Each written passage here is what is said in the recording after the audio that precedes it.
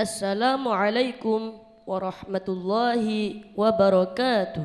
Alhamdulillah, alhamdulillahi rabbil alamin. Wabihi nasta'in ala umuri dunya waddin. Wassalatu wassalam ala sayyidina Muhammadin khatamin nabiyyin wa ala alihi wa sahbihi ajma'in. Amma ba'd. Ahlan wa sahlan para pemirsa PIK TV yang sedang menyaksikan channel kami dimanapun Anda berada. Semoga selalu dimuliakan oleh Allah Subhanahu wa Ta'ala. Alhamdulillah, pada kesempatan kali ini kita masih diberikan nikmat iman dan Islam oleh Allah Subhanahu wa Ta'ala, sehingga kita masih bisa berkumpul dalam keadaan sehat walafiat. Alhamdulillah, di tengah-tengah kita sudah hadir guru besar kita, Syekhuna Kyai Haji Lutfi Baswari, pengasuh pesantren ilmu Al-Quran Singosari, Malang.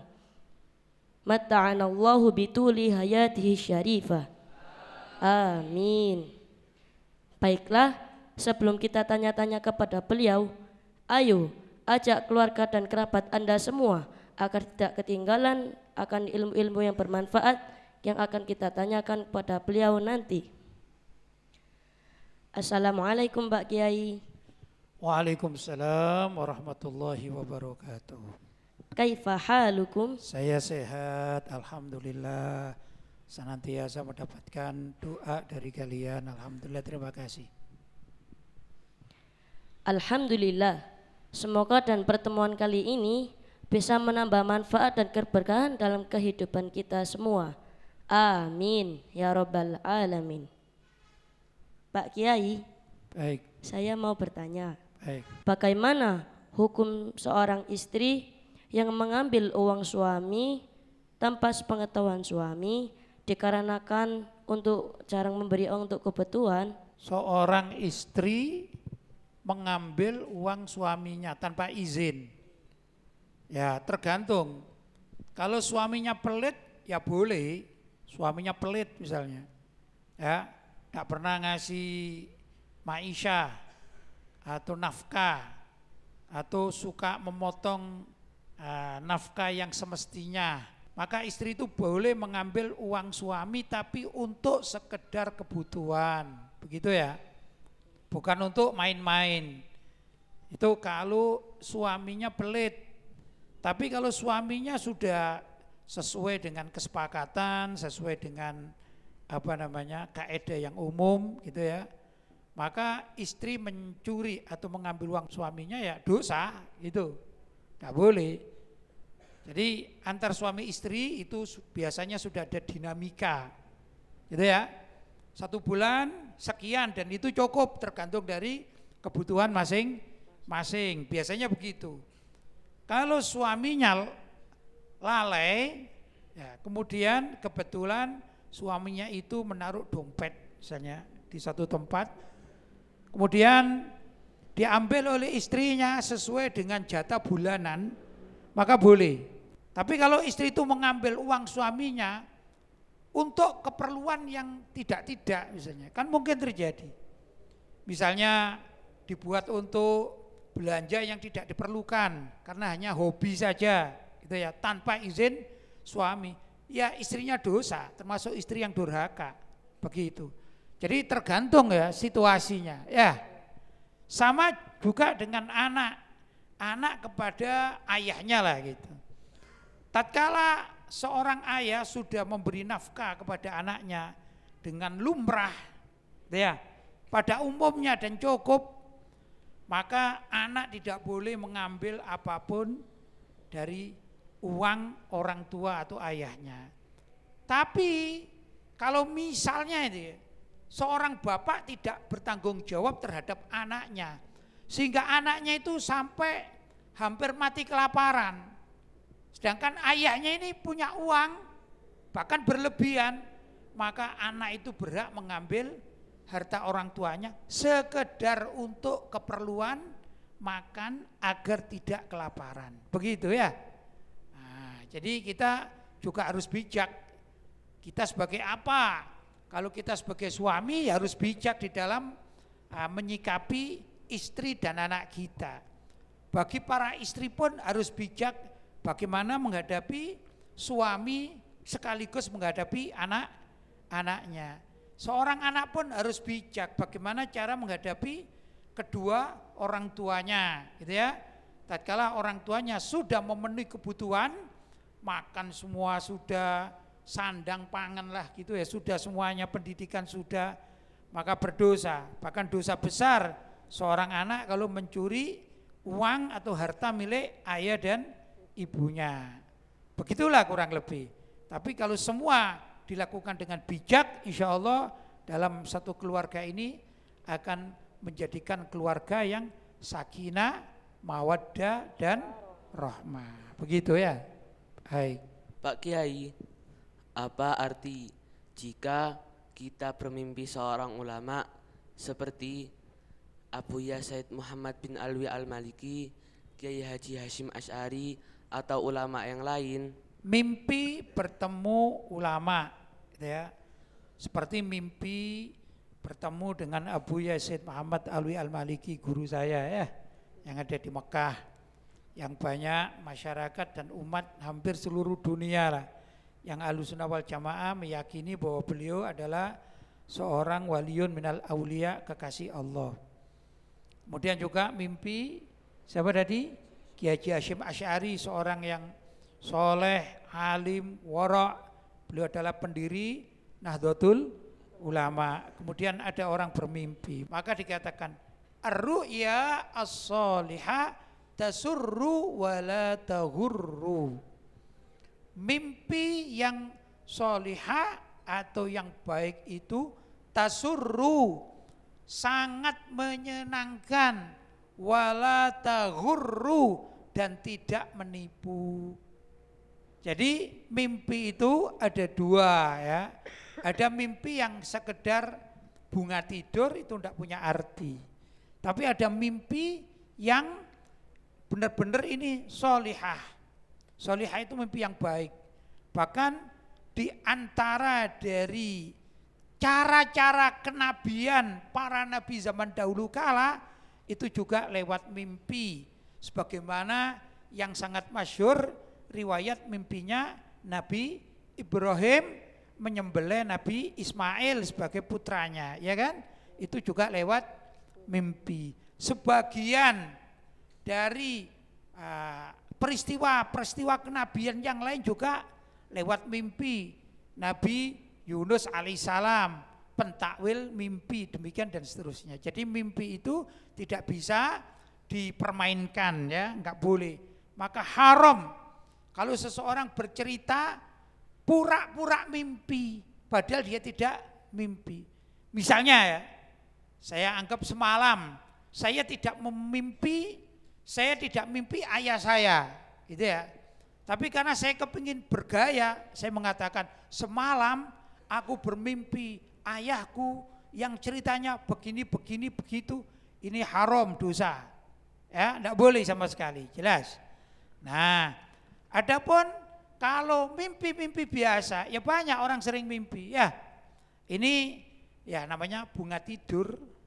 Tapi kalau mimpi yang baik, maka ini adalah suatu yang insya Allah menjadi kebaikan bagi si mimpi tersebut. Karena apa? Katakan ar-ru'ya as-sholihah tasurru, akan menyenangkan, bahkan akan dibawa hingga besok tatkala meninggal dunia mimpi-mimpi baik tersebut. Karena orang yang selalu mimpi para ulama, mimpi para nabi, mimpi malaikat, gitu ya. Bahkan Imam Ahmad bin Hambal itu pernah mimpi melihat Allah Subhanahu wa taala. Ya, ini pertanda orang-orang soleh, dan orang soleh itu akan dibawa mati. Begitu ya. Karena itu banyaklah berharap mimpi orang-orang soleh seperti mimpi para ulama sebagaimana ditanyakan. Termasuk juga kalau kedua orang tuanya sudah meninggal dunia, gitu ya, maka mimpi berjumpa dengan ayah atau ibu dalam keadaan baik, mereka ini menyapa kita dengan baik, mungkin menasehati kita dengan baik, ya. Maka ini pertanda juga ar-ru'ya as-sholihah, mimpi yang baik. Tasurru akan menyenangkan, wala taghurru dan tidak menipu. Begitu ya. Baik. Pak Kiai, bagaimana hukum memakai kalung dengan gantungan gambar khotamun nubuwah? Pakai kalung dengan liontin gitu ya. Nah, itu bandol katanya orang Jawa ya. Tapi tulisannya khotamun nubuwah. Cuman khotamun nubuwah saja atau la ilaha illallah Muhammadur Rasulullah? Nah, begini ya. Pertama, anjuran saya gak usah pakai kalung. Laki-laki loh ya. Kalung itu haknya wanita. Sudah? Kalung itu haknya wanita. Para lelaki gak usah pakai kalung. Kalau mau yang khotamun nubuwah jangan pakai kalung, cincin. Itu ya, cincin banyak pakai khotamun nubuwah. Ya. Jadi anjuran saya jangan pakai kalung bagi laki-laki, takut menyerupai wanita, dan orang laki-laki yang menyerupai aksesoris serta perilaku wanita itu akan dilaknat oleh Allah besok di akhirat. Naudzubillahi min dzalik. Ya, jadi kalau mau pakai logo khotamun nubuwah sebaiknya pakai cincin. Begitu. Kemudian kalau sudah pakai cincin, bahkan andai kata tadi pakai kalung khotamun nubuwah, ya, andai kata masuk di kamar mandi wajib dilepas. Begitu ya. Nah, yang boleh lelaki pakai kalung itu ada satu kondisi saja. Apa kondisi? Seorang lelaki, tentu wanita juga ya. Kita bicara lelaki. Seorang lelaki yang sedang sakit, terutama anak-anak, itu di zaman para sahabat dan para tabi'in, maka mereka menggunakan ruqyah dengan cara menulis beberapa ayat-ayat Al-Quran, khususnya ayatul syifa, di kertas gitu ya. Kemudian dibuat kalung. Jadi di kertas dibungkus kemudian dikalungkan kepada anak atau orang yang sakit. Itu bisa menyembuhkan, dan itu dilakukan di kalangan para sahabat dan para tabi'in serta sebagian ulama salaf terdahulu. Nah, di saat seperti itu karena kalungnya bukan kalung aksesoris tapi kalung pengobatan, maka jadi boleh, begitu ya. Tapi kalau kayak tadi kan aksesoris kan, walaupun tertulis khotamun nubuwah, tetap namanya aksesoris, jangan dipakai bagi orang laki-laki begitu. Paham? Baik. Pak Kiai, di desa akan dibangun masjid.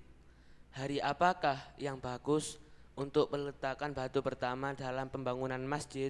Memulai pembangunan masjid, mungkin juga pembangunan madrasah, atau memulai sesuatu yang baik, menurut para ulama sebaiknya dimulai hari Rabu. Di dalam kitab Ta'limul Muta'alim disebutkan, ma min syai'in budi'a yaumal arbi'a illa waqad tamma. Tidaklah sesuatu itu, pekerjaan maksudnya ya, kok dimulai hari Rebo kecuali pekerjaan itu akan sempurna. Nah, ini perkataan para ulama ya.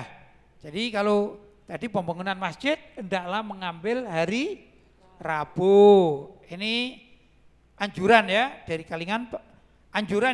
kalangan para ulama. Ya, jelas ya. Baik. Pak Kiai, apakah sah sholat kita apabila akan sholat tanpa wudhu dikarenakan sudah mandi besar? Ada orang junub gitu ya. Junub itu kalau wanita semisal haid gitu ya. Kalau lelaki misalnya mimpi basah keluar sperma, maka harus wajib mandi junub. Pertanyaannya, gimana orang yang sudah mandi junub, sedangkan sebelum mandi junub dia ini semisal tidak punya wudhu, mungkin juga mohon maaf kencing gitu ya, barangkali kan batal wudhunya. Nah, selesai kencing kemudian dia mandi junub, gitu ya. Nawaitul ghusla li raf'il hadatsil akbari fardhon lillahi ta'ala. Aku niat mandi besar, mandi junub untuk mengangkat hadas besar lillahi ta'ala. Nah, karena yang dibersihkan itu hadas besar, maka otomatis hadas kecilnya terangkat juga. Jadi orang yang sudah mandi junub tidak wajib untuk berwudu. Kecuali kalau setelah mandi besar tiba-tiba orang ini kepingin kencing lagi, maka batal. Atau tatkala mandi besar kok ditutup, mau selesai itu loh, mohon maaf namanya di kamar mandi kan ya, kok pegang kemaluan dengan telapak tangan. Padahal hukum pegang kemaluan sendiri pakai telapak tangan hukumnya apa? Membatalkan wudu. Ya, maka tatkala orang tersebut habis mandi besar selesai, tiba-tiba mungkin mohon maaf ini kemaluannya gatal gitu, terus dipegang digaruk, nah batal jadinya dia, atau dia kencing, atau dia kentut, ya maka wajib wudu jadinya. Atau mungkin suami istri habis mandi besar keluar kamar mandi, misalnya ini yang mandi besar suaminya ya, ternyata dia tersentuh atau salaman dengan istrinya, padahal persentuhan suami istri membatalkan wudu, maka dia kalau mau sholat wajib wudu lagi. Tapi intinya mandi besar itu sekaligus secara otomatis bisa menghilangkan hadas kecil. Jelas? Baik. Pak Kiai, di kampung akan digelar sholat Idul Adha, yang mana khotib, imam dan bilalnya perempuan, serta sholat tersebut hanya dilaksanakan oleh jamaah perempuan saja. Bagaimana pendapat Pak Kiai tentang hal tersebut? Tentang khotib wanita ya, secara umum di dalam kitab-kitab fikih itu syarat khutbah adalah laki-laki. Semuanya. Paham? Kecuali ada simulasi ya, kata orang sekarang, simulasi itu merangkai sehingga mengatakan, ini ada 1-2 tokoh yang mengatakan bahwa khutbah itu boleh buat wanita, katanya begitu. Tapi ini juga ditentang oleh mayoritas ulama. Jelas ya? Saya menganjurkan begini, jangan khutbah. Wanita-wanita itu kalau bikin suatu kegiatan sholat Idul Fitri, Idul Adha, contoh saat waktu Covid dulu ya, atau mungkin jika memang ini komunitasnya perempuan, wanita, pondok putri misalnya, jangan khutbah, begitu. Tapi ceramah saja, isinya sama. Kalau khutbah itu kan ada rukun dan syaratnya, ada tata caranya. Jadi bagaimana? Wanita itu sah untuk menjadi imam bagi wanita yang lain. Jadi kalau sholat Idul Fitri, gitu ya nggak apa-apa. Ini kan kalangan wanita kan. Imamnya itu seorang wanita, misalnya bunyainya, gitu ya, ustadzahnya. Sudah, habis selesai, assalamualaikum, kemudian berdiri biasa ceramah. Sudah, enggak pakai syarat-syarat, ya biasa sebagaimana ceramah. Assalamualaikum warahmatullahi wabarakatuh.